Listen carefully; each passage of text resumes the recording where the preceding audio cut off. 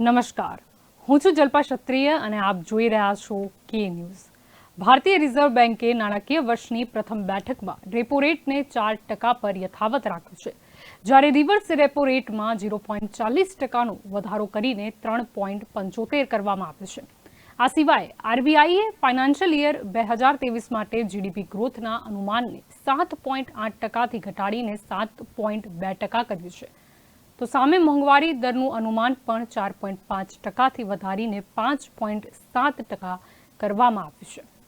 અને આજે આજનો ચર્ચાનો વિષય છે અને આજે આપણી સાથે આ ચર્ચામાં જોડાઈ ગયા છે રાજકીય વિશ્લેષક પ્રકાશ કાપડિયા આપણી સાથે જોડાયા છે, સીએ પલ્લવી આચાર્ય આપણી સાથે જોડાઈ ગયા છે, કોંગ્રેસ તરફથી અશ્વિન શાહ આપણી સાથે જોડાઈ ગયા છે, આમ આદમી પાર્ટી તરફથી ચેતના પટેલ આપણી સાથે જોડાઈ ગયા છે અને થોડી જ વારમાં ભાજપ તરફથી પારુલ પટેલ પણ આપણી સાથે જોડાશે આ ચર્ચામાં. આપ બધાનું સ્વાગત છે કે ન્યૂઝમાં. આપણાથી અહીંયા શરૂઆત કરવા માંગીશ પ્રકાશભાઈ.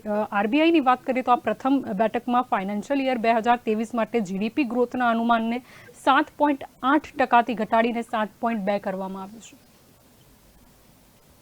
માં જે આરબીઆઈ જે આંકડા ડિક્લેર કરતી હોય છે, અત્યારે છેલ્લા 2-3 વખત ગવર્નરો બદલાયા છે, તો એ બધું આંકડાકીય માયાજાળ એવો છે કે રાજકીય ઈશારે અને સરકારના ઈશારે કરવામાં આવે છે.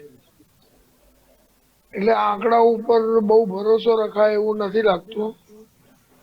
ને સરકારે જે આ રિઝર્વ બેન્કે જે પણ આંકડા ડિક્લેર કર્યા છે, ખરેખર ટેક્સેશનની આવક સરકારને જીએસટી ની વધી રહી છે. આપણે દર મહિને વાંચીએ છીએ આટલો જીએસટી વધ્યો, આટલો જીએસટી વધ્યો. તો જે મોંઘવારી ઓછી કરવા માટે સરકાર કોઈ પ્રયત્ન નથી કરતી અને ઉપરથી જે અમીર લોકો છે, ઉદ્યોગપતિઓ છે, એમનો આ આમદની આંકડો વધતો જાય છે, મિડલ ક્લાસ નીચે થતો જાય છે, ગરીબી રેખાની નીચે જીવતા લોકો છે એ લોકોનો ગ્રાફ બહુ ખરાબ પરિસ્થિતિમાં આવી ગયો છે. એટલે આરબીઆઈ જે છે જેવી રીતે 2000 ની નોટોનું કર્યું કે એના પેલા મોરારજીભાઈ દેસાઈના ટાઈમમાં આજે 1000 ની 5000 ની નોટો બંધ કરવામાં આવી હતી અને એને તો સરકાર કે એ પ્રમાણે વર્તવું પડે. પરંતુ આપણે આ રિઝર્વ બેન્કે ડિક્લેર કર્યું, આનું એનાલિસિસ ઇન્ટરનેશનલ મોનેટરી ફંડ, પછી world bank, Asian development bank, એ લોકો મળીને શું કે છે એમનો આંકડો હોય એ સાચો આંકડો ગણાય. આ તો શું છે કે જીડીપી આપણો ઘરેલું ઉત્પાદન છે એ ઘટી ગયું છે, એટલે જીડીપી ને નુકસાન પહોંચી રહ્યું છે અને નુકસાન પહોંચવાના કારણે આપણો આર્થિક વિકાસ છે એ અસમાનતાની દિશામાં વધી રહ્યો છે. અને સરકારે એટલું તો ધ્યાન આપવું જોઈએ કે જીએસટી જે 5%, 12%, 18%, 28% એનાથી ઉપર છે, એટલે આ તો લૂંટવાનું કામ જ છે સરકારનું. અને લોકો જીએસટી ભરે છે અને બોગસ બિલિંગ નું મોટું કૌભાંડ ચાલે છે, એ લોકો છટકી જાય છે અને સરકારની તિજોરીને પબ્લિક એક્સચેન્જરને નુકસાન પહોંચે છે. એમાંથી ઉગારવા માટે સરકાર કોઈ પગલા નથી લેતી. એમને રાજકીય પીઠબળ હોય છે, અધિકારીઓ છે એમની પાસે અપ્રમાણસર સંપત્તિ છે. ઇન્ડિયન રેવન્યુ સર્વિસ ના અધિકારીઓ છે જે જીએસટી, સીજીએસટી એમનામાં બધામાં ગોઠવાયેલા હોય છે, એ લોકો પણ ભ્રષ્ટાચારથી મુક્ત નથી અને ઇન્કમટેક્સ અધિકારીઓ પણ ભ્રષ્ટાચારથી મુક્ત નથી. એટલે આ બધી પોઝિશનમાં સરકારે જે અધિકારીઓની સામે દરોડા પાડવા જોઈએ એ પણ નથી પાડતા. મોટા ઉદ્યોગપતિઓ છે એમને પ્રોટેક્શન આપે છે, કરચોરોને પ્રોટેક્શન આપે છે અને મોંઘવારીને ઘટાડવા માટે એક મગરના આંસુ બહાવે છે સરકાર, એવું પ્રજા હવે સમજી ગઈ છે. અને પ્રજા હવે આ બધા આંકડાને માયાજાળમાં ફસાશે ને એવું મને લાગે છે. જલ્પાબેન જી, આપણી તરફ પલ્લવીબેન આવવા માંગી. સાથે મોંઘવારી દરના અનુમાનની પણ વાત કરવામાં આવી છે, 4.5%થી વધારીને 5.7 રાખવામાં આવે અનુમાન. જી, મોંઘવારી દરનો જે ફિગર છે, હવે એમાં પર્સન્ટેજ વાઇઝ જો ના પડીએ તો ઓવરઓલ તમે મોંઘવારી જુઓ, ઓવરઓલ જે મોંઘવારી છે ગેસના સિલિન્ડર હોય કે શાકભાજીના ભાવ હોય, એટલે મોંઘવારીનો દરની તમે ના કરો, પણ ઓવરઓલ જે લિવિંગ ઓફ સ્ટાન્ડર્ડ છે એટલું બધું વધી ગયું છે કે અત્યારે એક લેમેન જે કહેવાય એ લોકો શાક બંધ કરીને કઠોળ ઉપર ચડી ગયા છે, અને ધીસ ઇઝ ફેક્ટ. આજે લીંબુના ભાવ 40 રૂપિયે 250 ગ્રામ, બરાબર. ટમેટા એટલા મોંઘા, હવે ઇવન ભીંડા 40 ના 500. એટલે આમાં જે લેમેન છે એ લોકો ખાવાનું, જે ખરેખર ગરીબ વર્ગ કહેવાય, ગરીબ વર્ગ કરતા તો નહીં પણ મધ્યમ વર્ગના જે માણસો છે એ લોકોએ પ્રેક્ટિકલી શાક બંધ કરી કઠોળ પર ચડી ગયા. હવે આમાં રિવર્સ રેપો રેટ કે રેપો રેટ એની જોડે કોઈ સામાન્ય જનતાને કોઈ કનેક્શન નથી. કનેક્શન જે છે એ બધા પોલિટિશિયનોને છે કે ભાઈ જીડીપી નો દર આટલો વધ્યો કે આટલો ઘટ્યો, કે મોંઘવારી ભથ્થામાં આટલો વધારો થયો, આટલો ઘટાડો થયો. એઝ અ પ્રોફેશનલ પર્સન હું જો વિચારું અથવા હું તમને એક જો ઓપિનિયન આપું, તો કોઈ ફિગરની માયાજાળમાં કોઈ સામાન્ય જનતાને ઇન્ટરેસ્ટ નથી.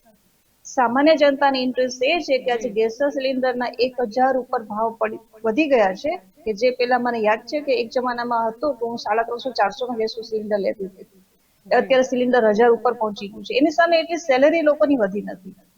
અને પર્ટિક્યુલર કોરોના પછીનો ટાઈમ એવો હતો કે એમાં સેલેરીમાં એક તો 50-60% એ લોકો પાસે કામ કરાવ્યું, પ્લસ અત્યારે જે રીતનો ભાવ વધી રહ્યો છે એ રીતના જોતા સામાન્ય જનતાને અને આ ચોક્કસ કરશે. જી, આપણી તરફ અહીંયા અશ્વિનભાઈ આવવા માંગીશ.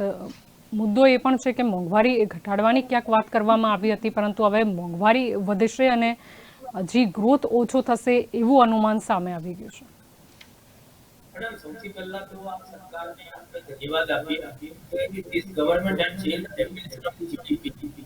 આ સરકારે આખા વર્લ્ડની અંદર ગિનિસ બુકમાં નામ જતું રહ્યું કે છેલ્લા ખાલી હજી 2014 થી 2000 અત્યારે આપણું 22 ચાલે છે, જે ભારતીય જનતા પાર્ટીની સરકાર ફૂલ મેન્ડેટ સાથે આવી, એને જીડીપી ગ્રોથ 100% કરી દીધો. GDP means gas, diesel and petrol, not growth domestic.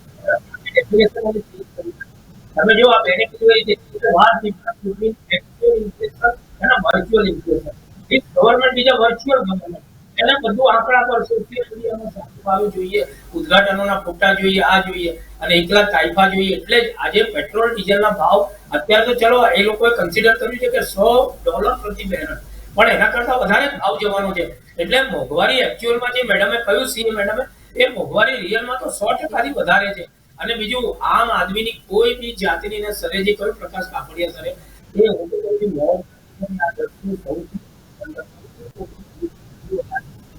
આઝાદીના ઇતિહાસમાં આઝાદી પછી તો એ આ સરકારની નોંધ હતી છે, અને એને કડી એનોથી વાંધો નહીં, એની સામે એની મદદ થાય છે. અને દેશની સૌથી વધારે મિડલ ક્લાસ હવે બે થઈ ગયા છે, મિડલ ક્લાસ અને લોઅર.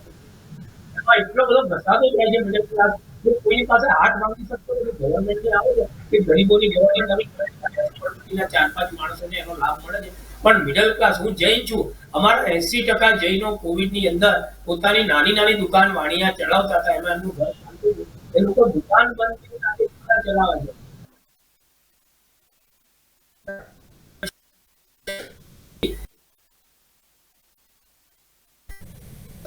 તો આ સરકારે આ બધું વિચારવા કે બીજું, સરકારને દરેક ચૂંટણીઓમાં જીત મળે છે, એટલે સરકારે ચૂંટણી જીતી છે એને લોકોને લૂંટવાનું બનાવી દીધું છે.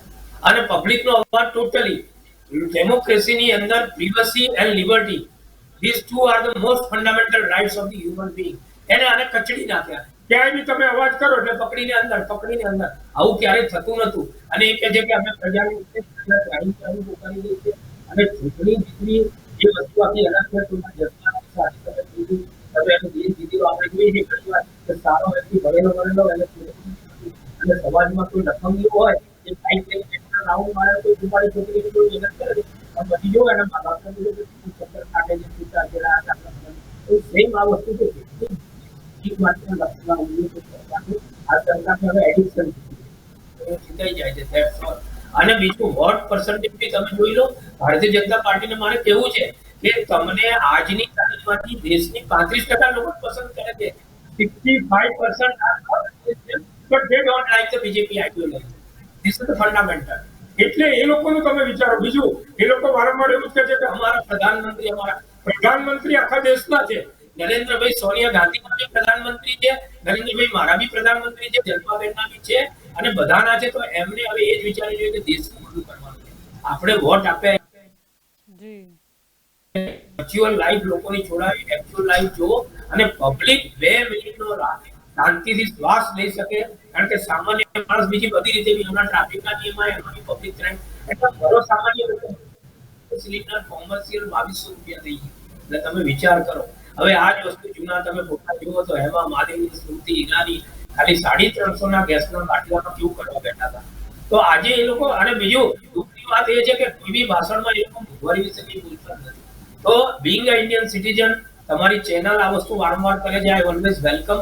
એક મેસેજ આપો કે ભાઈ હવે આ બધું બહુ થઈ ગયું, ચૂંટણીઓ તમે બહુ જીત્યા, લોકોએ તમને ઢગલો વોટ આપેલ, હવે પબ્લિકને તમે કઈ નહીં તો તમે જે જગ્યાએ ઉભા હતા ને ત્યાંથી પાછા લાવો કે ભાઈ 70, 80, 90 રૂપિયા પેટ્રોલ આપી દો, ઓછું ના કરો તો કઈ નહીં, તમે ડોલરનો ભાવ દો. આ સરકારે એક્સપોર્ટ સેક્ટર એક્સપોર્ટ થતું નથી એટલે ફોરેન એક્સચેન્જ આવતું નથી, અને આપણી મોટા ભાગની આયાત જે છે એ ડોલરમાં જ થાય છે, ડોલર ડિનોમિનેટેડ છે. એટલે એના લીધે આજે રૂપિયો 76 થઈ ગયો. એટલે આપણાને એક ડોલર જો 1 રૂપિયો વધે તો 10 બિલિયન ડોલરની આપણી ટ્રેડ ડેફિસિટ વધી જાય છે. એટલે આ બધા પોઈન્ટ વિચારવા જેવા છે. અને સામાન્ય નાગરિકને તો આ બધી બેનિફિટ ખબર પડે નહીં, અમારા જેવાને ખબર પડે ને અરે જે મહેનત સીએ કીધું પલ્લવીને ખબર પડે, પણ સામાન્ય પબ્લિકને તો ક્યારે ગમે કે અને આજે ગરમીના મોસમમાં ઘરમાં બે લીંબુ આવે અને આવું નવું ચાલશે તો જલ્પનબેન એવું લાગે છે કે આપણે ખાલી છે ને સુગંધિત લેવાની રહેશે, ઘરમાં થોડું શાક લાવવાનું, બે મિનિટ બધા સૂંઘી લેવાનું એટલે શાક મળી ગયું, એવું આ સરકારમાં થશે. એટલે તમે મેસેજ પહોંચાડો કે ભાઈ હવે રિયાલિટી પર આવો અને કઈક અંશે તમે મોંઘવારીને કંટ્રોલમાં લો. That's all. બિલકુલ. આપણી તરફ પારુલબેન અહીંયા આવવા માંગીશ. ભારતીય રિઝર્વ બેંકની નાણાકીય વર્ષની પ્રથમ બેઠકની વાત કરીએ તો એમાં ગ્રોથ ઘટવાનો અને મોંઘવારીનો દર વધવાનો અનુમાન લગાવવામાં આવ્યું. જી જલ્પાબેન, અહીંયા એક એકચ્યુઅલ ફેક્ટ આપણે જોઈ રહ્યા છીએ કે જે ભારતીય જનતા પાર્ટી જે છે એ ફેક્ટ બતાવવામાં માનવા વાળી પાર્ટી છે, કારણ કે ખાલી વાતો કરવામાં માનતી નથી. અને જે આપણે જ્યારે બજેટ ડિક્લેર કર્યું તો જ્યારે ફોરકાસ્ટ કર્યું હતું ત્યારે આપણે પર બેરલ જે બ્રેન્ટ ક્રૂડનો રેટ હતો તે $70 પ્રતિ બેરલ હતો, તે આપણે જોયું છે કે 140 પહોંચી અને હવે થોડો પાછો આવી રહ્યો છે. એટલે આજે પણ એ 104 પ્રતિ ડોલર બેરલે રેટ, તો દર જાન્યુઆરીમાં $84 હતું, ફેબ્રુઆરીમાં $94 હતું, માર્ચમાં $112 હતું, અને આજે એપ્રિલમાં 3 એપ્રિલમાં $103 પ્રતિ બેરલનો રેટ છે. તો આટલો બધો રેટ જ્યારે વધી રહ્યો હોય, કારણ કે આપણે જે હિન્દુસ્તાન એક એવું દેશ છે કે આપણે 85% આપણે ઇમ્પોર્ટ્સ કરીએ છીએ, કારણ કે આપણી રિક્વાયરમેન્ટ 5 મિલિયન બેરલ્સની છે પર ડે ની. એ આપણે 85% આપણે રૂટીનમાં ઇમ્પોર્ટ કરવું પડતું હોય છે, અને એના જ કારણે આપણે આંતરરાષ્ટ્રીય ઉપર નિર્ભર છીએ. અને આંતરરાષ્ટ્રીય બજારની અત્યારે જે કોંગ્રેસના ભાઈ હોય, આપના ભાઈ હોય કે કોઈ પણ હોય, અને પ્રજા જાણે છે કે આજે જે રશિયા અને યુક્રેનનું યુદ્ધનો જે પ્રોબ્લેમ્સ ચાલી રહ્યો છે, પરિસ્થિતિમાં ડેફિનેટલી બધી જગ્યાએ જે ક્રૂડ ઓઇલના રેટ વધે તો મોંઘવારી બધા ઉપર અસર કરે. કારણ કે એવું નથી કે ક્રૂડ ઓઇલ વધે તો એ ખાલી પેટ્રોલ ડીઝલ વધશે, કારણ કે પેટ્રોલ ડીઝલ વધશે તો એના કારણે દરેક ટ્રાન્સપોર્ટેશન ત્યારે જ હાઈએસ્ટ લેવલ પર પહોંચ્યું હતું ને, ઘણા વર્ષો પછી રેકોર્ડ બ્રેક પહોંચી ગયો હતો. ત્યારે કેમ ભાવ ના વધ્યા, અત્યારે કેમ? પ્રશ્ન એ છે. કારણ કે ત્યારે એવું કહેવામાં આવ્યું હતું કે જુઓ આંતરરાષ્ટ્રીય કિંમત જોઈ લો, ભાવ નથી વધી રહ્યા, એ જોઈ લો, અમને મત આપજો. જી જલ્પાબેન, જો ચૂંટણી એવી વસ્તુ છે ને, એ જસ્ટ હમણાં પતી, ચાલો એ વખતે વધારે હોત તો પણ કહેવાનું હતું, હજી જસ્ટ હવે કદાચ 1-2 મહિનામાં કે ગમે ત્યારે ચૂંટણી ગુજરાતમાં પણ આવવાની જ છે. એટલે એવું નથી કે પછી અત્યારે આવી શકે છે, જો ડિસેમ્બરમાં આવે તો પણ આની ઇફેક્ટ તો રહેવાની જ છે. એટલે એવું નથી કે ભાઈ ચલો 1-2 મહિનામાં આવે કે ડિસેમ્બરમાં 6 મહિનામાં આવે તો આની ઇમ્પેક્ટ તો ચૂંટણીની આવવાની જ છે. કે ચલો મોંઘવારી આપી છે, ભારતીય જનતા પાર્ટીએ મોંઘવારી નથી આપી. એક વસ્તુ સમજવાની જરૂર એ છે કે આપણે મતલબ એ થાય છે કે પહેલા જે મોંઘવારી હતી એ કોંગ્રેસની દેન નથી, એનો અર્થ એ પણ થાય છે. ત્યારે પણ કોંગ્રેસ ના જલ્પાબેન, અહીંયા એક ફેક્ટર છે યુદ્ધનો. અત્યારે સોને પાર બતાવવામાં આવે છે, કારણ કે નરેન્દ્ર મોદી જ્યારે પ્રધાનમંત્રી બન્યા હતા, બિરાજમાન થયા હતા, ત્યારે તેમણે શ્રેય લીધો હતો કે હું જુઓ કેટલો ખુશનસીબ છું કે હું અહીંયા બેઠો અને આ આંતરરાષ્ટ્રીય તેલના ભાવ ઘટી ગયા. એમણે એ શ્રેય લીધો હતો. હા, તો એકચ્યુઅલી હવે જો આંતરરાષ્ટ્રીય માર્કેટ ઉપર આપણે રશિયા અને યુક્રેન ને યુદ્ધ કરાવવા કે રોકવા માટે આપણે જવાબદાર નથી કે યુદ્ધ આપણે નથી કરાવ્યું. એ ઇમ્પેક્ટ બધા વર્લ્ડના બધા ક્યાં ગયો? આપણે જેમ કિંમતો બતાવવામાં આવી કે આપણે કરોડો રૂપિયા ચૂકવ્યા છે, પેટ્રોબોન્ડ ક્યાં ગયો? યુપીએ સરકારે પેટ્રોબોન્ડ લીધા હતા, 1.40 લાખ કરોડના પેટ્રોબોન્ડ લીધા હતા, 70,000 કરોડ ડોલરનું હજી પણ વ્યાજ ભરી રહી છે અને બધું જ. એટલે યુપીએ સરકારે જે કે આંતરરાષ્ટ્રીય કિંમત સાથે આપણે કોઈ લેવા દેવા છે નહીં, આપણા માટે ફિક્સ છે, ચાહે એ ઘટે કે ચાહે એ વધે. આ પેટ્રોબોન્ડ નો પહેલો નિયમ છે, નહીં તો પેટ્રોબોન્ડ નકામા થઈ જાય. પેટ્રોબોન્ડ ની એક લિમિટ હોય ને, દરેક વસ્તુની એક લિમિટ હોય, એક એજ હોય, તો એ વસ્તુની. અને અત્યાર સુધી એટલા માટે હેરાન થઈ રહી છે જે ભારતની પબ્લિક છે. કેમ હેરાન થઈ છે કે જ્યારે ઓલરેડી એ વખતે કોંગ્રેસની સરકારમાં રેટ વધ્યા હતા, તેમ છતાં એ લોકોએ કૃત્રિમ રીતે એને અંકુશમાં રાખી અને લોકોને દેખાડ્યું કે અમે લોકો કંટ્રોલમાં રાખીએ છીએ. પણ અલ્ટિમેટ તો ભારણ હવે નેક્સ્ટ સરકાર ઉપર આવ્યું, ભારતીય જનતા પાર્ટી ઉપર. અને સરકાર આપણે સંસદ સુધી વિરોધ પ્રદર્શન કરવા જતા હતા અને હવે તમે એમણે જેમ તેમ કરીને અંકુશમાં રાખ્યા હતા. મતલબ કે એમને મોંઘવારીની માર ત્યારે પડવા ન દીધી. ના ના, મોંઘવારી તો તેમ છતાં પણ બહુ પડી હતી. ચર્ચા ચાલી રહી છે કે આપણે રશિયા જોડે સાઈન કરવાના છીએ કે આપણને ઓછી કિંમતે મળશે. શું ગેરંટી એ ઓછી જ કિંમત રહેશે? કદાચ એના સિવાય 6 મહિના પછી ભાવ વધારે નીચા જાય ત્યારે પણ તો એ ભાવ હાઈએસ્ટ જ રહેશે પેટ્રોબોન્ડ. જો જલપાબેન, કોંગ્રેસની સરકારમાં એવરેજ ઇન્ફ્લેશન રેટ છે ને 11% રહ્યો છે અને એની વાત કરું તો હાઈએસ્ટ ઇન્ફ્લેશન એ લોકોને 28% પર પહોંચ્યો છે. અને જ્યારે ભારતીય જનતા પાર્ટીની આજે જે 6% ની આસપાસ ઇન્ફ્લેશન, ઇટ્સ ઓકે છે, એવું નથી. અને કે જ્યારે ઇન્દિરા ગાંધીજીએ કીધું હતું કે વિકાસનું અનિવાર્ય આપણે આવક સામે ખર્ચો જોવાનો હોય પારુલબેન, ઇકોનોમીનો પહેલો રૂલ. ઇન્દિરા ગાંધીજીએ જ્યારે કીધું હતું કે મોંઘવારી એ વિકાસનું અનિવાર્ય પાસું છે, તો પછી વિકાસ આજે અમે ભારતીય જનતા પાર્ટી વિકાસ મહેંગાઈ કી માર આ સૂત્ર આપણે નતું આપવું જોઈતું. ના, પણ એક વસ્તુ જે વિકાસ પણ થાય છે અને એ મહેંગાઈની માર નથી, એ વિકાસની ગાડી હતી. આપણે ઓળખવામાં ભૂલ કરી એ હિસાબે તો. ના ના જલપાબેન, કારણ કે યુદ્ધની સિચ્યુએશન એડવાન્સમાં ખબર કોઈને પણ ના હોય. ક્રાઇસિસ ક્યારે પણ આવી શકે. જ્યારે કોરોનાની પણ ક્રાઇસિસ આવી, એમાં પણ મોંઘવારી વધી અને તરત હજી 2 વર્ષ તો કોરોનામાંથી બહાર નથી આવ્યા. 2008માં જે ઇકોનોમિક ક્રાઇસિસ હતા એ તો કોઈ પાર્ટીને લાગે વળગે જ નહીં. એટલે કોઈ પણ સિચ્યુએશન, કારણ કે અનપ્રિડિક્ટેડ જ્યારે સિચ્યુએશન આવે તો એમાં કોઈ પણ પાર્ટી કઈ પણ, એટલે તેમ છતાં પણ આપણે સારી સિચ્યુએશન. આજે જુઓ કે યુએસ છે, એની હમણાં સુધી 1.7% મોંઘવારી હતી, આજે સીધી 7.9 પ્રિડિક્ટેડ છે એની. એટલે કેટલો મોટો જમ્પ આવ્યો છે એના, એ પણ વિચારો. આપણે યુએસ સાથે કમ્પેરિઝન ના કરી શકે. એમની ઇકોનોમી કેવી છે, આપણી ઇકોનોમી કેવી છે. આપણે આપણા દેશ અને ડેવલપિંગ કન્ટ્રી સાથે ડેવલપ નહીં. યુએસ અને ભારતની કમ્પેરિઝન અત્યારે હાલ ન થઈ શકે. હા, આવનારા ભવિષ્યમાં આપણે પહોંચીશું, એ આપણો ધ્યેય છે, પરંતુ હાલ પૂરતી તો નહીં. હા, એટલે એ સારું કર્યું તમે જવાબ આપી દીધો કે આપણે ડેવલપિંગ કન્ટ્રી છે, ડેવલપ્ડ નથી. એટલે ડેવલપિંગ કન્ટ્રીઝને ઓલરેડી ભારણ બહુ બધું હોય, કારણ કે કયા દેશોના હિસાબે કમ્પેરિઝન કરવું જોઈએ ને ત્યાં પેટ્રોલના ભાવ શું છે?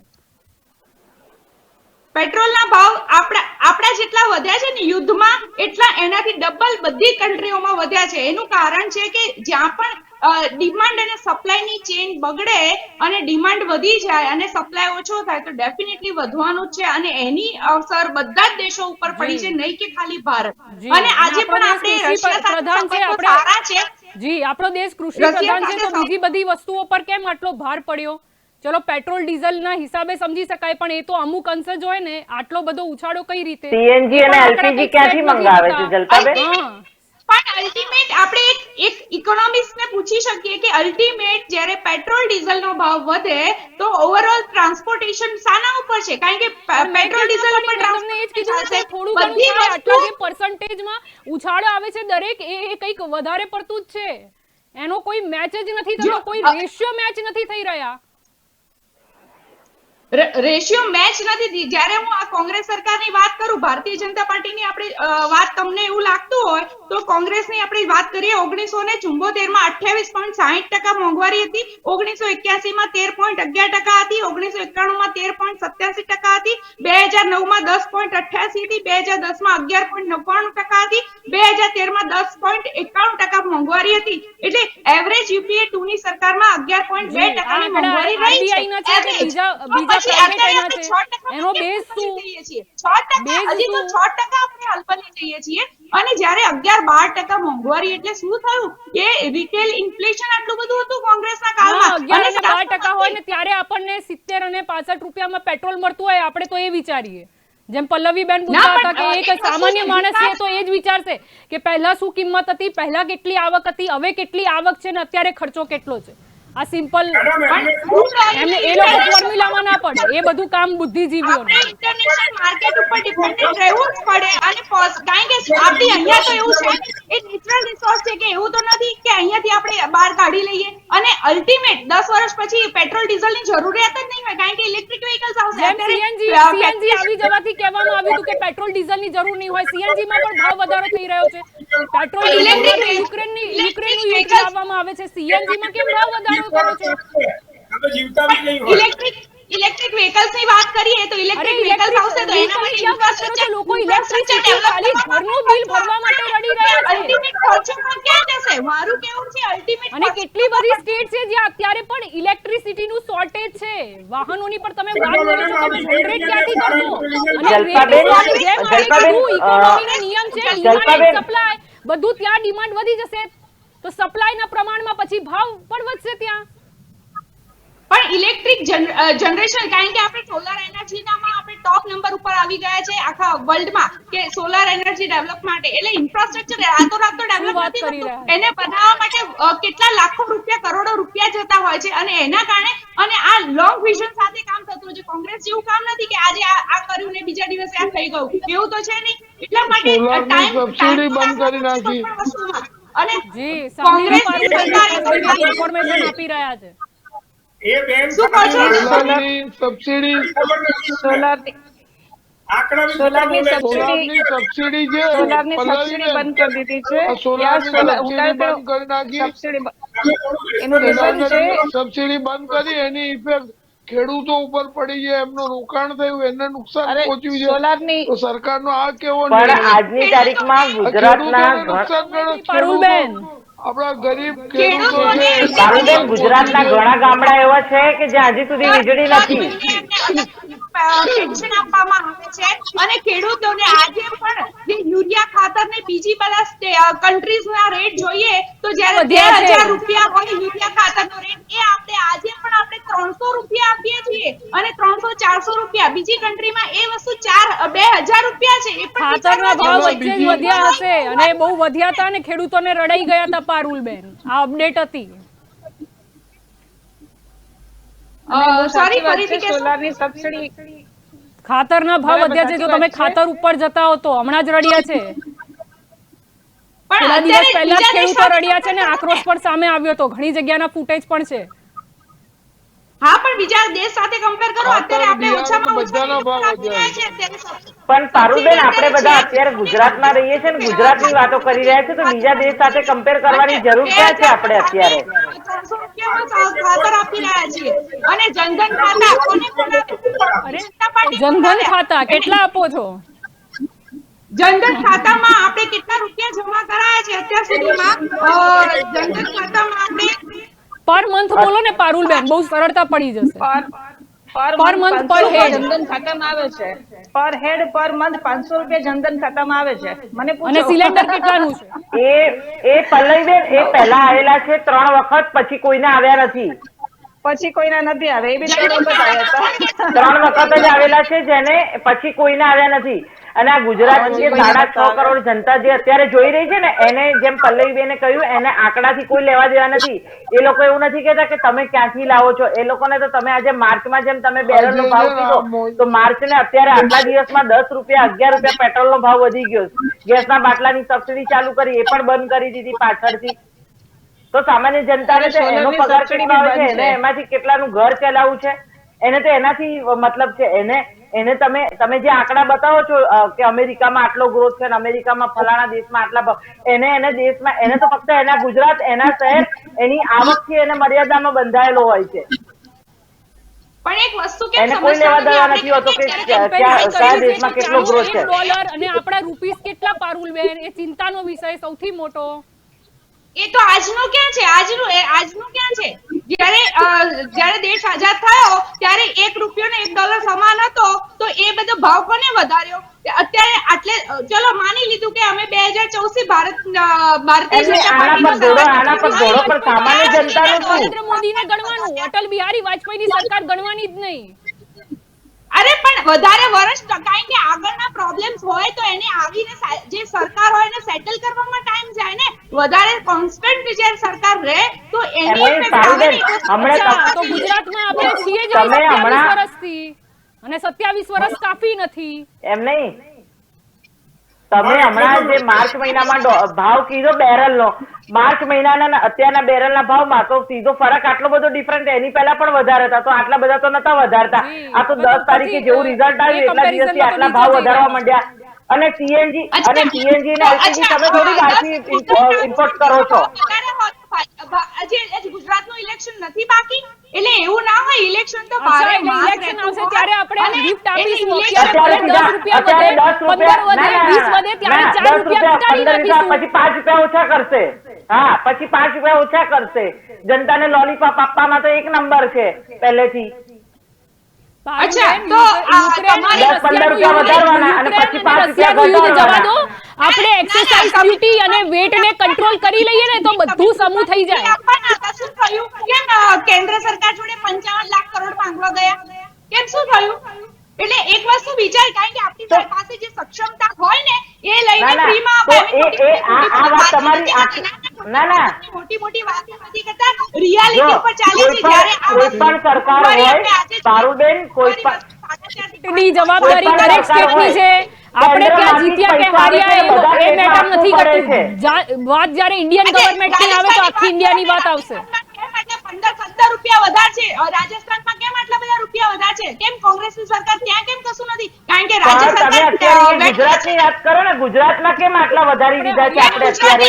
ગુજરાતની જનતા તમે વિચાર્યું? ગુજરાતની જનતાનું વિચાર્યું તમે? મોદીજી આખા દેશના છે તો પછી દેશ આખા દેશની વાત કરશે. ખાલી એક્સરસાઇઝ ગુજરાતની કેમ વાત ડ્યુટી, કરીએ? પારુલબેન એ જ કહી રહ્યા છીએ. પારુલબેન, એક્સરસાઇઝ ડ્યુટી ઘટાડી દો અને જ્યાં જ્યાં ભાજપ શાસિત રાજ્ય છે ત્યાં વેટ હજી ઓછો કરી દો. પછી કોંગ્રેસની સરકાર હોય, આપ હોય કે પછી સાઉથમાં બીજા કોઈની હોય, એ બધાએ ઘટાડવા પડશે. આપણે પહેલા એક્સરસાઇઝ ડ્યુટી ઘટાડો અને પછી વેટ ઘટાડો. આ સિમ્પલ સોલ્યુશન છે. રશિયા અને યુક્રેનનું યુદ્ધ થાય કે ના થાય એ આપણે મેનેજ કરવાનું છે. પણ જલપાબેન, રશિયા યુક્રેનનું યુદ્ધ તો 1 મહિનાથી ચાલે છે, પણ મોંઘવારીને તો કોઈ લિમિટ આંકડા બી જ નથી હોતી નથી કે ક્યાંથી વધારે લેવાના. વધારવી. પેટ્રોલ ડીઝલ એ પણ ખ્યાલ છે, અને એ તો સંસદમાં જ જાહેર થયેલા છે આંકડા. પેટ્રોલ ડીઝલના ભાવ બાકી રહ્યું હતું તો સીએનજી ના ભાવ વધારી દીધા. છેલ્લા અઠવાડિયા પહેલા પણ 5 રૂપિયા વધાર્યા હતા. અત્યારે જે સામાન્ય માણસ જે રિક્ષામાં જતો હોય છે ક્યાંય પણ નોકરી ધંધા પર, તો આજે એનો શેઠિયો થોડી એનો પગાર વધારશે કે એનો માલિક એનો પગાર વધારશે કે ભાઈ ચાલ સીએનજી ના 5 રૂપિયા વધી ગયા, 10 રૂપિયા વધ્યા તો હું તારો પગાર વધારી દઉં. જી બેન, ઇન્ટરનેશનલ મોંઘવારી ભથ્થું વધાર્યું હતું 3%. પારુલબેન, મોંઘવારી ભથ્થું 3% વધ્યું હતું હમણાં જ. ઇન્ટરનેશનલ માર્કેટ ને સામાન્ય મોંઘવારી જનતાને ભથ્થું કોઈ વધ્યું, લેવા એના દેવા પરથી નથી હોતો. એને સાબિત થાય છે નથી ખબર મોંઘવારી પડતી આ કેટલી બધી. વધી. તેમ છતાં પણ ઇન્ડિયા સ્ટેબલ કહેવાય. એક વસ્તુ વિચારો, સુપર પાવર યુએસએ ની જો આ હાલત હોય તો ઇન્ડિયા એક પ્રમાણે ઘણું સ્ટેબલ કહેવાય. તમે જોવો ને ખરા શ્રીલંકાની શું પણ હાલત છે યુએસમાં આજે? આટલા બેરોજગાર નથી. યુએસએ માં જોઈ લો, આટલા બધા બેરોજગાર નથી. બેરોજગાર છે એને બી રોજગારી આપે છે. ત્યારે કોમન મોંઘવારી ના અને જોવાય. યુએસએ માં જાઓ, યુએસએ માં શું વાત કરો? યુએસએ માં મોંઘવારી ના નથી ના જોવાની. ના, એટલે એવું કે આગળ ડેવલપિંગ માટે બધું ભૂલી જવાનું. આટલું કોમન સેન્સ તો હોવું જોઈએ કે અને નહીં? USA સિચ્યુએશન જોવો તમે. કોને બોલો છો Common તમે? Common sense, sense. Parulben, Parulben, common બે sense. Minute, 2 minute Chetnaben, Parulben નામીને વાત કરજો. કોને કહો છો? આપને ચિંતા તમારી કોમન સેન્સ ને તમારી કોન્સેપ્ટ કરી પાડું ને તમે ચૂંટણી લડવા માટે અહંકાર છો, હજી અહંકાર બંધ કરો. ચૂંટણી લડવા અહંકાર છે નથી. નહીં, કોમન સેન્સ ની વાત કરો છો પારુલબેન, કોમન સેન્સ ની વાત કરો છો ને, તો સૌથી પહેલા જાણો કે યુએસએ અને બહારની ફોરેન કન્ટ્રીમાં દરેક વ્યક્તિને પોતે જે ટેક્સ પે કરે છે એનો પૈસો ક્યાં વપરાય છે બધી ડિટેલ મળે છે. આપણા સરકારમાં આપણને કોઈને મળે છે કે આપણો ટેક્સ ક્યાં વપરાય છે અને કોને મળે છે? કોરોના ટાઈમે તમે જેમ કહો છો પીએમ કેર માં વિકાસ નથી દેખાતો. શું વિકાસ દેખાયો? વિકાસ નથી હા, દેખાતો. 75 રૂપિયાનું પેટ્રોલ રૂપિયાનું પેટ્રોલ 105 રૂપિયા આવી ગયું, એ વિકાસ છે. બરાબર. આજે સામાન્ય જનતા ભૂખે મરે છે. ક્યારેક રોડ ઉપર નીકળો, ખબર પડે લોકોની હાલત કેવી છે. 2 કિલોમીટર રોડ રસ્તા બનતા હતા, આજે પર ડે 32 કિલોમીટર રોડ રસ્તા બને છે. એ વિકાસ નથી, એનો સ્કેલ નથી. એ નથી પહેલા આપણે જોવાતું. ટોલ ટેક્સ કેટલું આપતા હતા, પણ અત્યારે વિકાસ ટોલ તમે ટેક્સ કરો છો કેટલું તો આપીએ છીએ, સામાન્ય GST માં આપણે જનતાના રેટ ઉપર તમારી કરી છે, આજની તારીખે એ બધા પૈસા ગુજરાતમાં ક્યાંથી આવ્યા? તમે દેશની ને અમેરિકાની ને ફોરેન ની વાત કરો છો. આજે ગુજરાતની જનતા પર હેડ 55,000 થી ઉપર દેવું છે. બરાબર. તો હું એમ કઉ છું કે જનતાને એનાથી મતલબ નથી. જનતાને એનું ઘર કેવી રીતે ચાલે છે એનાથી મતલબ છે. એને રશિયામાં યુદ્ધ થાય કે યુક્રેનમાં થાય કે ગમે તે થાય, એને એનાથી મતલબ નથી.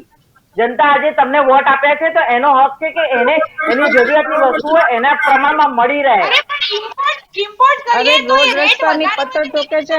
તો સીએનજી તમે ક્યાંથી ઇમ્પોર્ટ કરો છો? પારુલબેન, આપ પાકિસ્તાન ને શ્રીલંકા CNG ક્યાંથી લડતા import હતા. કરો છો? 2 મિનિટ ચેતનાબેન. પારુલબેન, આપણે શ્રીલંકાને કેટલું ડીઝલ પહોંચાડ્યું અત્યારે સહાય રૂપે? શ્રીલંકાને આપણે કેટલું ડીઝલ પહોંચાડ્યું એ અહીંયા સવાલ નથી. એ અહીંયા સવાલ કેમ નથી? એ અહીંયા સવાલ કેમ ના, નથી? ના, ના, ભારત ના, ના, સરકાર ના. ક્યાંથી લાવી? આ તો અમારા ઘરના ટેક્સના પૈસા છે. તમને કહું, એમ નહીં, ઘરના છોકરા ઘંટી ચાટે અને બહારના આટો ખાય. આની અંદર દેશમાં જરૂર છે. અહીંયા અત્યારે 100 રૂપિયા કરી દીધું છે. ભારતના લોકોને તમે રામ મંદિર બતાવો અને ત્યાં શ્રીલંકામાં મદદ કરો. ચલો, ઇન્ટરનેશનલ લેવલે મદદ કરતા હોય તો કોઈ એ નથી, પણ આગળ શું બેનિફિટ? અને ત્યાં ચાઇનાનું કેટલું ઇન્વેસ્ટમેન્ટ છે? શું શ્રીલંકામાં સિચ્યુએશન સારી થશે તો એ ચાઇનાની સાઈડ નહીં થઈ જાય? જલ્પાબેન, ચાઇનાનું પણ ઇન્વેસ્ટમેન્ટ કેટલું જલ્પાબેન, હશે? આપણા દેશમાં અત્યારે ડીઝલનો ભાવ વધારે છે તો શા માટે બહાર મોકલવાની જરૂર છે? જલ્પાબેન, તમે એક્સરસાઇઝ ડ્યુટી લો છો, વેટ લો છો એવી અહીંયા. હોય ને, એ છે રશિયાએ પણ આપણને પહેલા $25 ડિસ્કાઉન્ટ આપ્યું, અત્યારે $35 આપણને પર બેરલ ડિસ્કાઉન્ટ આપ્યું. એટલે દોસ્તી તો ડોલર તમે નિભાવવી વાત પડે. કરો છો તો એ કેમ નોટ નથી થયું? એ નોટ કેમ નથી થયું? આપણને તો $100 નો બેઝ લીધો છે આરબીઆઈ. પણ $100 અમે નથી લાવ્યા. કેલ્ક્યુલેશન છે જલ્પાબેન, સીધું કેલ્ક્યુલેશન છે. એમ કે છે ડિસ્કાઉન્ટ આપ્યું તો ભાવ કેમ વધાર્યો? અને અત્યારે આપણા ત્યાં જરૂર છે, આપણા ત્યાં તો તમે બીજા દેશમાં મોકલો છો. શું કરો અહીંયા મોંઘવારી સપ્લાય એન્ડ ડિમાન્ડ ઉપર છે તો અને ડિસ્કાઉન્ટ રેટ ઉપર લીધું છે તો ઓવરઓલ તેમ છતાં પણ આપણે મૂર્ખ બની ગયા પારુલબેન. આપ જે બતાવી રહ્યા છો એ રીતે તો આપણે મૂર્ખ ગણાઈશું. અત્યારે ઇન્ટરનેશનલ રેટ જોઈ લો. આપ બોલો છો કે એ લોકો 140 માંથી ડિસ્કાઉન્ટ કરીને, એ ડિસ્કાઉન્ટ કરવાની જરૂર નથી, એ એમ જ નીચે ગયો છે. અને આઈ થિંક સીએ આપણી જ્યારે બેઠા છે, પલ્લવીબેન તરફ આવવા માંગીશ. પલ્લવીબેન, પ્રકાશ નાખજો. આ કંઈક ગડબડ લાગે છે કેલ્ક્યુલેશન માં.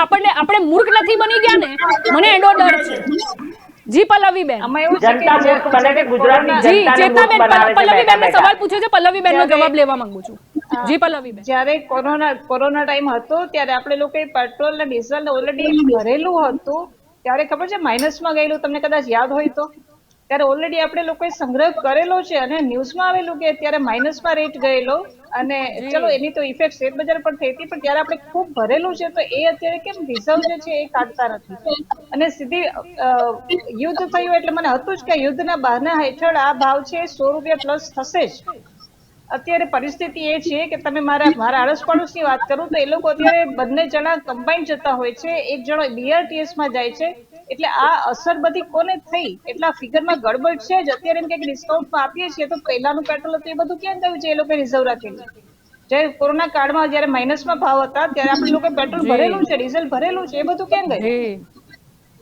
અને ડિસ્કાઉન્ટ એટલે તો એનો તો આંતરરાષ્ટ્રીય જવાબ લેવલ આપો પર કે આજનો છે, હા. એમાંથી -35% થાય તો ડોલરના એમાંથી ભાવ શું થઈ -5. જાય? એટલે આ બધી ખોટી આંકડાની માયાજાળ છે. બાકી હકીકતમાં એ છે કે આ લોકો આપણને ઉલ્લુ બનાવે છે. અને ભારતીય પર્ટિક્યુલર કોઈ સામાન્ય માણસને કોઈ ઇન્ટરેસ્ટ નથી. કોઈ સામાન્ય માણસને ઇન્ટરેસ્ટ નથી. અને ઇન્ટરેસ્ટ એમાં જ છે કે એનું ઘર પેલા જે 10,000 માં ચાલતું હતું અત્યારે 25,000 માં ચાલે છે. ભલે એ 4 માણસ હોય કે 5 માણસ હોય. એટલે સામાન્ય માણસને આ જરૂર છે કે ભાઈ તમે ભાવ, હું કોઈ પક્ષની ઓપોઝમાં નથી, કોઈ પક્ષની ફેવરમાં નથી. I listen with any political party. મને ફક્ત એટલું જ કેવું છે કે એક જ્યારે આમ આદમી, એક સામાન્ય માણસ જો 10-15 હજાર કમાતો હોય તો એનું ઘર શાંતિથી પૂરું થવું જોઈએ. અત્યારે જેમ પબ્લિક વેઠી રહી છે, પ્રેક્ટિકલી એને કહું કે વેઠી રહી છે, બીજેપીને સહન કરી રહી છે, ભલે એ બોલતા નથી, પણ અંદર ખાને એ લોકોનો જે ઉકળાટ છે એટલો બધો વધી ગયો છે. દરેક જગ્યાએ તમે ભાવ જુઓ. એક ગૃહિણીને શું જોતું હોય કે એનું ઘર શાંતિથી ચાલે. અરે સિવન અત્યારે ઘઉંની સિઝન ચાલે છે, ઘઉંના શું ભાવ હતા મને યાદ છે. વચમાં 2 વર્ષ પહેલા 2600 ગયા રૂપિયા વખતે 2300 રૂપિયા, 2100 થી 2300 રૂપિયા ભાવ હતો 2100, અને અત્યારે 3100 3500 થી અપ છે. 3500 થી અપ છે. હવે એક સિમ્પલ પછી પાછું વળી ચોમાસું આવશે એટલે ઘઉંનું પુષ્કળ મબલક ઉત્પાદન થયું, પણ આ જાય છે ક્યાં બધું ઉત્પાદન કરીને? વિકાસની વાત કરે છે, રોડની વાત કરે છે. સામાન્ય માણસને રોડને બટકા ભરવા નથી જવાનું. ગમે એવા હશે ને રોડ તો ચાલશે, Same પણ thing. ઘર તો ચાલવું જોઈએ કે નહીં?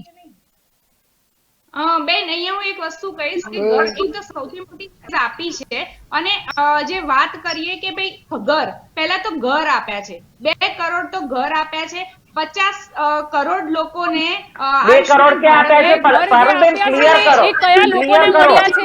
ક્લિયર કરો. એ સામાન્ય પહેલા ઝૂંપડીમાં એક રહેતા લોકોને મળ્યા છે, ના, ના. જેના જોડે ઘર નતું એને મળ્યા છે, કે પછી જેના જોડે ઇન્વેસ્ટમેન્ટ માટે રૂપિયા વધારાના પડ્યા હતા એ લોકો અને ઇન્વેસ્ટ કર્યા છે, જલપાબેન, એ પણ જે- તપાસ કરી લેવી.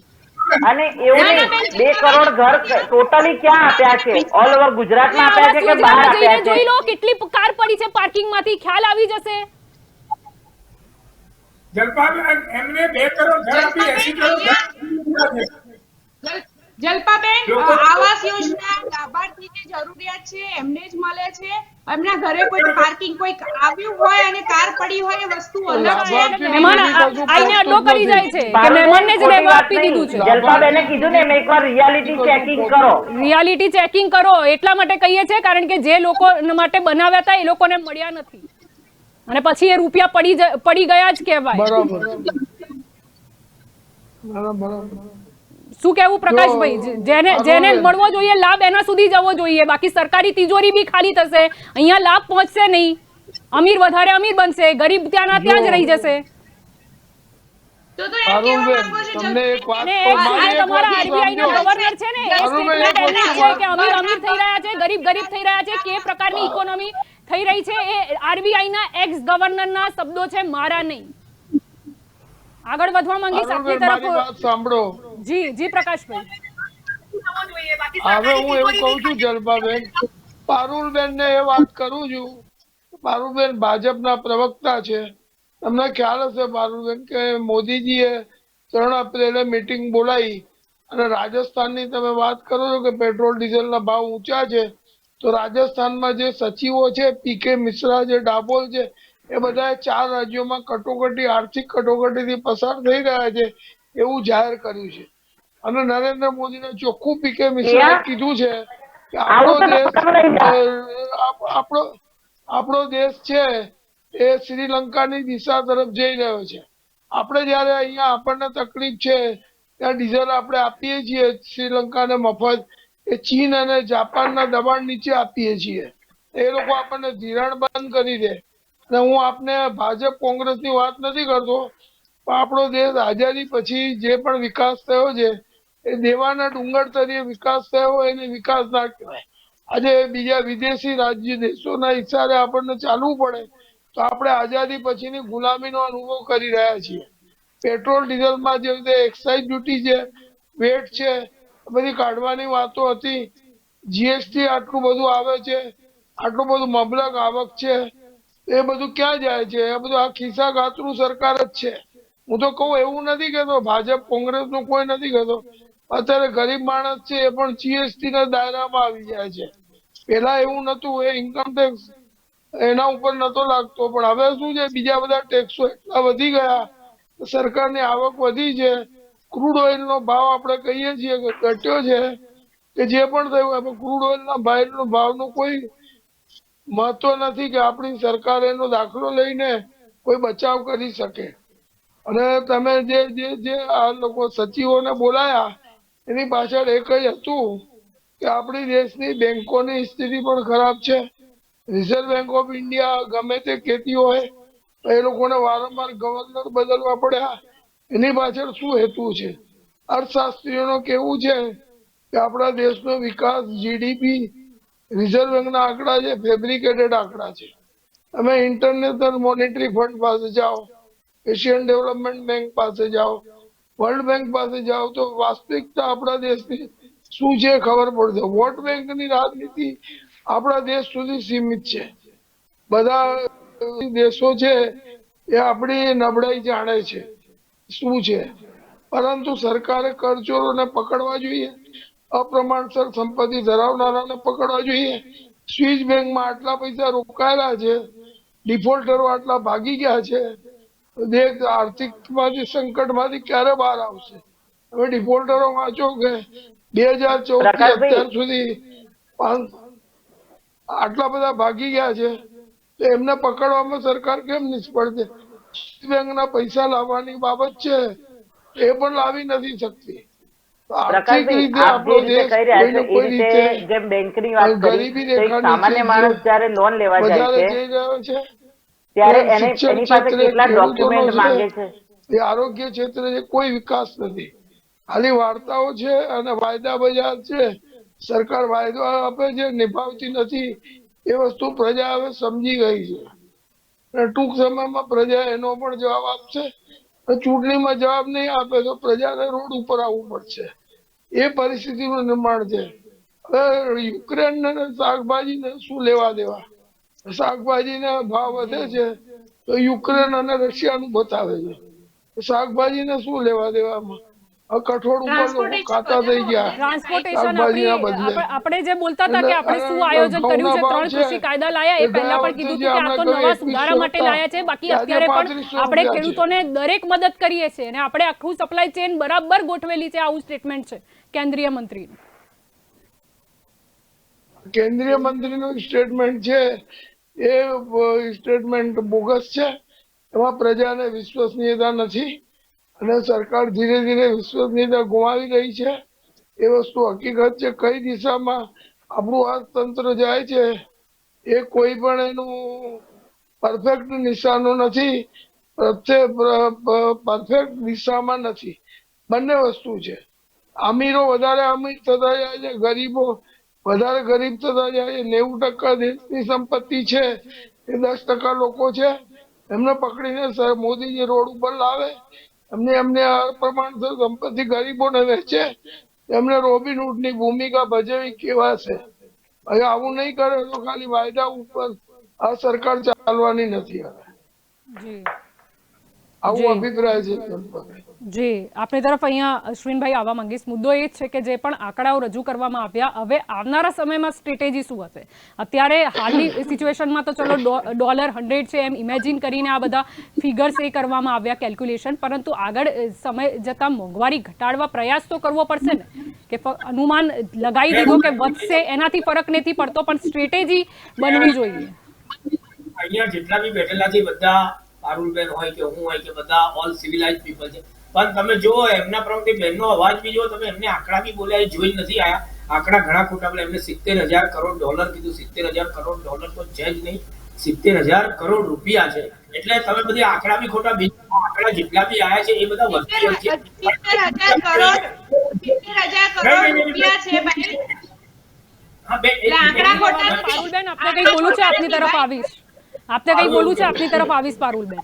જી અશ્વિનભાઈ, તમે તમારી પાર્ટીના પ્રતિનિધિ છો, તમારી પાર્ટીએ પ્રજાનો અવાજ સાંભળો એવું કર્યું છે કે હા ભાઈ બી કબૂલ કરી મારા કરતા મોંઘવારી સંજોગોથી વધી છે, તો એના માટે ચોક્કસ હું મારા તરફથી અવાજ પાર્ટીની અંદર અને પાર્ટીને કઈ અમે એ જ અપીલ કરીએ છીએ. અહીંયા હું બેઠા છીએ, પલ્લવીબેન છે કે પ્રકાશ સર છે કે પછી જલ્પા મેડમ છે, એ કોઈ અમે તમને એલિગેશન કે ક્રિટિક્સ નથી કરતા, પણ જે હકીકત છે કહીએ ને. તમે એવું કીધું કે 28% ત્યારે લીંબુ 10 પૈસામાં મળતું હતું, અત્યારે મોંઘવારી 5%, લીંબુ 40 રૂપિયામાં મળે છે. એટલે કહેવાનો મિનિંગ એ છે આ લોકોનો કે ભાઈ પ્રજાને યુક્રેન શું છે આ તે બીજું. વચ્ચે હું તમને પાણીની વર્ષોથી રાજકોટમાં તો એવું કહેવાય છે કે જયારે ઉનાળો આવે ને ત્યારે ટીવીની નીચે પાણીની ડોલ મૂકી દે છે જલપાબેન લોકો, કે ટીવીમાં પાણી દેખાય તો પાણી આવ્યું એટલું આભાર. હવે આ ભાઈએ સાહેબે સારું દેખાડવા માલદીવ્સ કે જ્યાં ટોટલી આઈલેન્ડ છે ત્યાં કેટલી વિમાનો ભરીને પાણી પહોંચાડ્યું. એટલે જે કાપડિયા સાહેબે કીધું આપણે આજની તારીખમાં બી જો એટલા મજબૂત હોઈએ તો આવા બધા કાર્યો હવે ડીઝલ પહોંચાડવાની શું જરૂર છે? અને બીજું, જ્યારે ઓઇલનો ભાવ માઇનસમાં થઈ ગયો તો બી આ લોકોએ કઈ કર્યું, એનું એક જ કારણ છે એક્સાઇઝ. તમે જે મેડમ બોલો છો ને, 36 રૂપિયા એક્સાઇઝ પેટ્રોલ બને છે 30 રૂપિયામાં, એના ઉપર 36 રૂપિયા એક્સાઇઝ. વાણિયાનો છોકરો આવો ધંધો કોઈ રીત નરાતમ વાણીઓ બી ના કરે, આટલો ના લેવા. અને આ બધાનું કારણ એક જ છે, આ પાર્ટીના તાઇફા. તમે જુઓ એમના પ્રોગ્રામો, રંગે ચંગે 2 દિવસ થાય પ્રોગ્રામ, કોઈને 2 લીટર પાણી પીવડાવ્યું હોય તો એનું બહુમાન કરવાનો 20 કરોડનો પ્રોગ્રામ. અને પ્રોગ્રામ કરે એટલે મેડમને હું તમને કહું છું કે હું બી જઉં છું, બ્યુટી પાર્લરનો મેકઅપ કાઢી અને આપણા ચહેરાને આપણે એની સામે જોઈએ તો આપણને હકીકત ખબર પડશે કે આપણે કેટલા ગોરા છીએ કે કેટલા કાળા છીએ. આ ખાસ જોવાની જરૂર છે. મેકઅપ છે ત્યાં સુધી તો બધા સારા છે, બરાબર પલ્લવીબેન? મેકઅપ હું જૈન છું, હું જેન્ટ છું, તો હું અઠવાડિયામાં 3 વાર સ્ટુડિયો માટે મેકઅપ કરાવું, પણ મને ખબર છે કે હું કાઢી નાખીશ પછી હું બી નહીં રહું. અમિતાભ બચ્ચનને ખબર છે, શાહરુખ ખાનને ગમે, જાઓ એમના ઘરે જઈને જોઈ આવો, તમને ગમે, સ્ટુડિયોમાં ગમે. એટલે અત્યારે ભાજપ સરકારે પોતાનો રગડો ઉતારી અને અરીસા સામે જોશે તો અરીસો હકીકત બતાવશે. કારણ કે અરીસો એક એવી વસ્તુ જે કોઈનો સંગ્રહ કરતો નથી, જે ચહેરો છે એવું પ્રતિબિંબ બતાવે છે. એટલે મારી પારુલબેનને એક જ અપીલ છે કે તમે એવું કહો, ચૂંટણી જીતવા અહીંયા નથી, ચૂંટણી તો તમે એટલી બધી જીત્યા છો ને કે આટલી ચૂંટણી કોઈ બીજો જીત્યો હોય તો માણસ એવું કે મારે ચૂંટણી લડવી જ નથી. પણ તમને એક નશો લાગી ગયો છે, એડિક્શન થઈ ગયું છે કે ના બસ ચૂંટણી ને ચૂંટણી, અને ચૂંટણી જીત્યા એટલે અમને લાયસન્સ મળી ગયું. પણ એક ફંડામેન્ટલ હું તમને કહું છું કે teal date only 35% of the Indian population in favor of the BJP ideology, not with BJP. 65% લોકો તમારાથી આગળ. બીજું, તમે દેશના પ્રધાનમંત્રી છો, તમે દેશના છો, તમે દેશ માટે વિચારો. સામાન્ય આપણે એક કે જે 2 કરોડને ઘર આપે, 80 કરોડના ઘર બરબાદ થઈ ગયા. રોજ જેટલા કરણીને નથી જતા એટલા છૂટાછેડા જાય. પૂછો ચેતનાબેન, રોજ જેટલા પરણતા નથી એટલા છૂટાછેડા થાય. એનું કારણ એક જ કે છોકરો પરણાયો, છોકરી ત્યારે વિકાસના નામે સી પ્લેન નું જોઈ લો, સી પ્લેન જોઈ લો. સારા ઘરની બહેનો બહુ ખરાબ ધંધે બી લાગી જાય છે. એનું એક જ કારણ છે બેરોજગારી. બેરોજગારી ઓલ ટાઈમ હાઈ છે. એટલે જલ્પાબેન, તમારે આ ચેનલથી આ બહુ સારું તમે ચર્ચાનો ચક્રાવ ચલાવો છો કે સરકારને આપણું કે તમે એમ કહો છો તૈયાર થતા તો તમને બી બીજા 60 વર્ષ લાગવાના હોય તો પછી શું થયું? તમે જે મુદ્દાઓ લઈને આવ્યા હતા, તમે એવી ચપટી વગાડી હતી કે હું આવીશ એટલે ડોલર તો 40 થઈ જશે, ફલાણું આમ થઈ જશે, એની જગ્યાએ બધું થયું. હવે એ બધું તમે કહેતા નથી, હવે તમે બીજું બધું લાયા કરો છો. એટલે આ બધામાં રસ નથી. એક જ વસ્તુમાં રસ છે કે ભાઈ અમે સાંજે 2 ટાઈમની રોટલી. હું તમને એક એક્ઝામ્પલ આપું. આશ્રમ રોડ પર એક માસી બેસે છે 80 વર્ષના પડીકી વેચવા.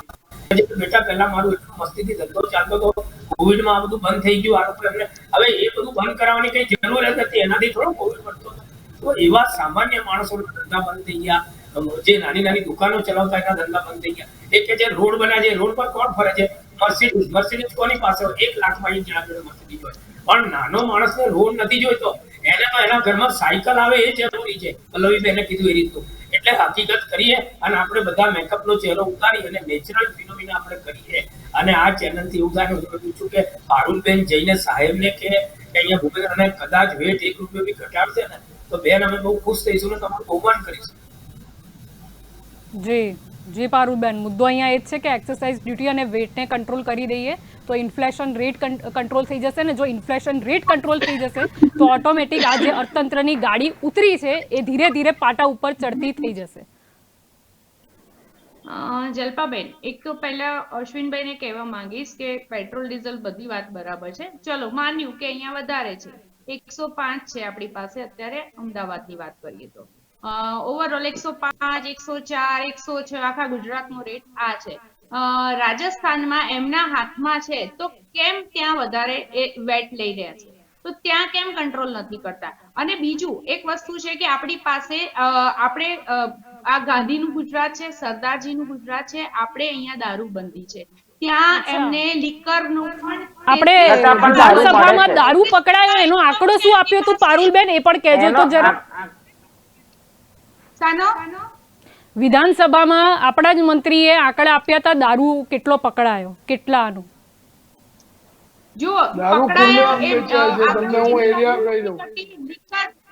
લીકર પરમિટના કારણે 33% ઓવરઓલ બજેટના 33%માં ફરક પડે છે.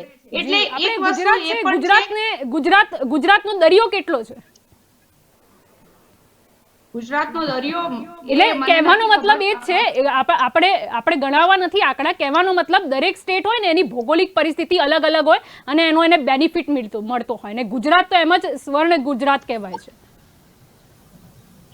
આપણે દારૂ વેચીએ ના વેચીએ મેટર જ અલગ છે. દારૂને ભૂલી જ જઈએ ને તો પણ આપણી જોડે ઇન્કમના ઘણા બધા સોર્સ છે, કારણ કે આપણી ભૌગોલિક પરિસ્થિતિ સ્વર્ણ ગુજરાત મોડલ. જલ્પાબેન એક વસ્તુ ફિગર પણ જોવી પડે, કારણ કે ઇન્કમ ક્યાંથી જનરેટ થશે? આ રાજસ્થાનમાં અને બીજા બધા સ્ટેટમાં પણ લીકરની ઇન્કમ કેટલી બધી છે, તેમ છતાં પણ જો રાજસ્થાનમાં આજે 120 122 આપણે સંસદમાં બહુમતી ધરાવીએ છીએ. 2 મિનિટ, આપણે સંસદમાં બહુમતી ધરાવીએ છીએ. આપણે તકલીફ હોય આપણે કાયદો પસાર કરી શકીએ છીએ. આપણે કોઈની જરૂર નથી કોઈ પાર્ટીની. આપણે બંધ કરી નાખો, અને હું તો કહું છું બંધ કરી નાખો. ગમે તે સ્ટેટ હોય, સેન્ટ્રલ ગવર્નમેન્ટ સૌથી ઉપર છે, સ્ટેટ ગવર્નમેન્ટ ક્યાં આવી એમાં? આપણે કાયદો લઈએ. આપણે બહુમતીમાં કોંગ્રેસની જરૂર નથી, આપણે કોઈ પાર્ટીની જરૂર નથી. કાયદો લઈ આવો, બધી જગ્યાએ દેશની જનતા તમને સપોર્ટ કરશે પારુલબેન. દેશની જનતા સપોર્ટ કરશે પારુલબેન. લઈ આવાય, પછી જોયું જશે. ના હોય તો કહી દેવાનું અમે સમજાવી ના શક્યા, લો પરત, ના ફાવ્યું તો. ના જલ્પાબેન, અહીંયા કેવું છે, બધા જ આપણી પાસે નથી હોતા અધિકાર. સ્ટેટ ગવર્નમેન્ટ પાસે અધિકાર હોય છે. જેમ કે ફોર એક્ઝામ્પલ આપણે અહીંયા ગુજરાતમાં ધ કાશ્મીર ફાઇલ આપણે અહીંયા ટેક્સ ફ્રી કર્યું, રાજસ્થાને ત્યાં બેન કર્યું અને ધારા 44 લગાવી. કેમ? કારણ કે 4 જણથી વધારે ભેગા થશે તો મૂવી જોશે ને. કેમ? તો એ કેમ કેન્દ્ર સરકાર કહી શકતી હતી ને, પણ અમુક લિમિટેશન હોય કેન્દ્ર સરકારના. પણ બધી જગ્યાએ આપણે ના કરી શકીએ. એમની પારુલબેન એક ક્વેશ્ચન પૂછું તમને. હું એક સવાલ પૂછું છું. ક્યાંથી વાત આવી ગઈ?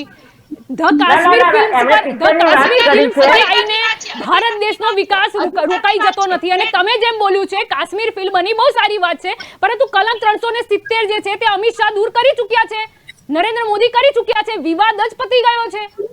હવે તો આપણે કાશ્મીર માટે વિચારવાની જરૂર છે કે ત્યાં ઇલેક્શન ક્યારે થશે. જલ્પાબેન, રિયાલિટી કોઈને આપણા ઇન્ડિયામાં કોઈને રિયાલિટીની બધી ખબર નથી. જો ખબર પડે તો પ્રોબ્લેમ તો બધાએ સપોર્ટ કર્યું છે પારુલબેન. પણ એમ નહીં પારુલબેન, ટેક્સ ફ્રી કરવાથી હું એમ કહું છું કે આપણે બધાને રામાયણ બતાવીએ, બધાને ખબર જ છે. એમ કાશ્મીર પર બધાને ખબર છે, બધા જ બોલતા આવ્યા છે. મુખર્જી વો કાશ્મીર હમારા હૈ. પણ એમની જલ્પાબેન, એમની કાશ્મીર ફાઇલ પર મારો એક સવાલ છે કે ટેક્સ ફ્રી કર્યું, બધી ખબર નથી હોતી એટલે આવું પારુલબેન, આપણે કાશ્મીર ફાઇલ નો ટેક્સ ઓછો કરી શકીએ તો આપણે વેટમાં થોડા રૂપિયા ઘટાડી દેવાય. ના આપણી સારું છે ને, આપણે મોડેલ બનીએ. ગુજરાતને જોઈને રાજસ્થાન ઓછું કરે, ગુજરાતને જોઈને મહારાષ્ટ્ર ઓછું કરીએ. આપણે મોડેલ બનવાનું છે. મારે પારુલબેન એક સીધો સવાલ છે, ટેક્સ ફ્રી કરી કાશ્મીર ફાઇલ. પારુલબેન, ગુજરાત કરતા પણ ઓછા છે અમુક જગ્યાએ, એનો પણ આંકડો બોલજો પારુલબેન. આજે મહારાષ્ટ્રના રેટ કેટલા બધા છે? પણ મારી વાત સાંભળો, તમે એવું કહો છો ટેક્સ ફ્રી કર્યું, તો એ ટેક્સ ફ્રી કર્યું એનો ફાયદો કોને થયો? મોડેલ તો છે જ ને, ક્યાં નથી મોડેલ?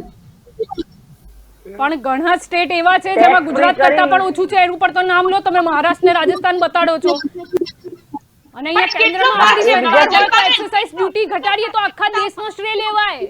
તમે સમજો પારુલબેન? પણ એમ જપ્પાબેન ઓછો છે તો 105 થી કેટલો ઓછો છે મને બતાવો. કયા સ્ટેટમાં એક્સરસાઇઝ ડ્યુટી ઘટાડી દઈએ તો બધે ઓછો થઈ જાય. એમાં રાજસ્થાન શું, મહારાષ્ટ્ર શું ને ગુજરાત શું ને બધું શું, આખો દેશ જ તમારા અંદર છે. ભાજપ સરકાર, ભારત સરકાર, કેન્દ્રના હાથમાં છે એક્સાઇઝ ડ્યુટી. હા, કેન્દ્રના હાથમાં છે એક્સરસાઇઝ ડ્યુટી ઘટાડો. તમે રાજસ્થાનના વેટ ઉપર કેમ નજર કરો છો? આપણે એક્સરસાઇઝ ડ્યુટી ઘટાડીશું તો ઓટોમેટિક એનો બેનિફિટ જનતાને મળવાનો જ છે. આપણે આપણા રાજ્યોમાં જો વેટ હજી ઓછો કરી દઈએ તો એમને કરવું પડશે, કારણ કે રાજસ્થાનમાં ઇલેક્શન આવવાનું છે. જેમ આપણે કીધું ગુજરાતમાં આવવાનું છે, એમ હવે રાજસ્થાનનો વારો છે, નજીક જ છે. ઇલેક્શન તો બારે માસ ચાલતી પડી રહ્યા છે, એટલે ઇલેક્શનને લઈને કઈ રેટ્સ વધારે કે ઓછા કરવામાં આવતા જ નથી. આ ખોટી પછી કહેવાય ને કે ભ્રમણા આપણે ફેલાવી રહ્યા છે કે ઇલેક્શન આવે છે, અથવા તો હતું ત્યાં સુધી કંટ્રોલમાં હતું, હવે આવે છે. પણ રૂટીન બારે માસ ઇલેક્શન કોઈના કોઈ સ્ટેટમાં તો ચાલવાનું જ છે. ત્યાં તો પછી નાની નાની પણ ઇલેક્શન તો ચાલતા જ હોય છે. એટલે ઇલેક્શન ને આને મોંઘવારી પણ આ વખતે 4 સરકારનો પ્રશ્ન હતો. ચલો પંજાબ તો હતું જ નહીં, એટલે પંજાબને તો આપણે ગણીએ જ નહીં. બાકી 4 રાજ્યમાંનો સવાલ હતો, અને 4 રાજ્યમાંથી ખાસ કરીને યુપી સરકી જાત તો બધું થઈ જાય. એટલું તો જનતા સમજે છે, જનતાને રાજકારણ આવડે છે. આપણી તરફ આવવા માંગીશ. મુદ્દો અહીંયા એ જ છે કે ક્યારે લોકોને ગેસ સિલિન્ડર ઓછા ભાવે પડશે, ક્યારે પેટ્રોલ ડીઝલ ઓછા ભાવે પડશે. જનતાને જરૂર નથી. જો જનતાને જ બધું કરવાનું હોય તો પછી લોકશાહીમાં આપણે ચૂંટણી ના કરાવતા, કોઈને બેસાડતા નહીં સરકારમાં, બધા પોતાની રીતે જ ફોડી લેતા. જલ્પાબેન, જેમ અત્યારે પારુલબેને કીધું કે કાશ્મીર ફાઇલ ટેક્સ ફ્રી કરી, જો રાતોરાત જો કાશ્મીર ફાઇલ ટેક્સ ફ્રી કરી શકતી હોય તો જનતા માટે હું તો કહું જનતાને કાશ્મીર ફાઇલ, કેમ કે જે ગુજરાતની 6.5 કરોડ જનતામાંથી હું તો એમ કહું 1 કરોડ 2 કરોડ વ્યક્તિ એવી હશે કે જે પિક્ચર જોવા જતી હશે, બાકીની જે 4.5 કરોડ કે 4 કરોડ લોકો જોતા નથી એમની જે જરૂરિયાત છે, તો હું તો એમ કહું તમે ત્યાં ટેક્સ ફ્રી કરો છો એનો ફાયદો તો જેને પિક્ચર બનાવી એને થયો, મારે કે તમારે કે સામાન્ય જનતા નથી થયો, તો હું તો કોઈ એ ટેક્સ ફ્રી કર્યું તો એમાં એની જગ્યાએ અત્યારે એલપીજી સિલિન્ડર છે કે કોઈ પણ પેટ્રોલમાં કે ક્યાંક જે એક્સાઇઝ ડ્યુટી ઓછી કરી દે સરકાર તો જનતાને લાભ થાય એનાથી, જે હું તો જે બધા માટે જરૂરી છે એમાં કંઈક ઓછું કરે તો ફાયદો થાય, બાકી જે ટેક્સ ફ્રી કરી એનાથી કોઈ બધી જનતાને લાભ નથી થયો, કેમ કે બધા લોકો પિક્ચર જોવા જતા પણ નથી, ટેક્સ ફ્રી થયું તો જે પિક્ચર બનાવી એને ફાયદો થયો, એનાથી મારા તમારા જીવન થોડી ફાયદો થયો કોઈ સામાન્ય માણસને, આપણે આપવાનો હોય ચેતનાબેન, ટિકિટનો રેટ આપણે પણ હું એ જ કહું છું કે 6.5 કરોડ લોકો નથી પિક્ચર જોવા ગયા, જોવા જનાર લોકો 1 થી 2 કરોડ લોકો જે હોય છે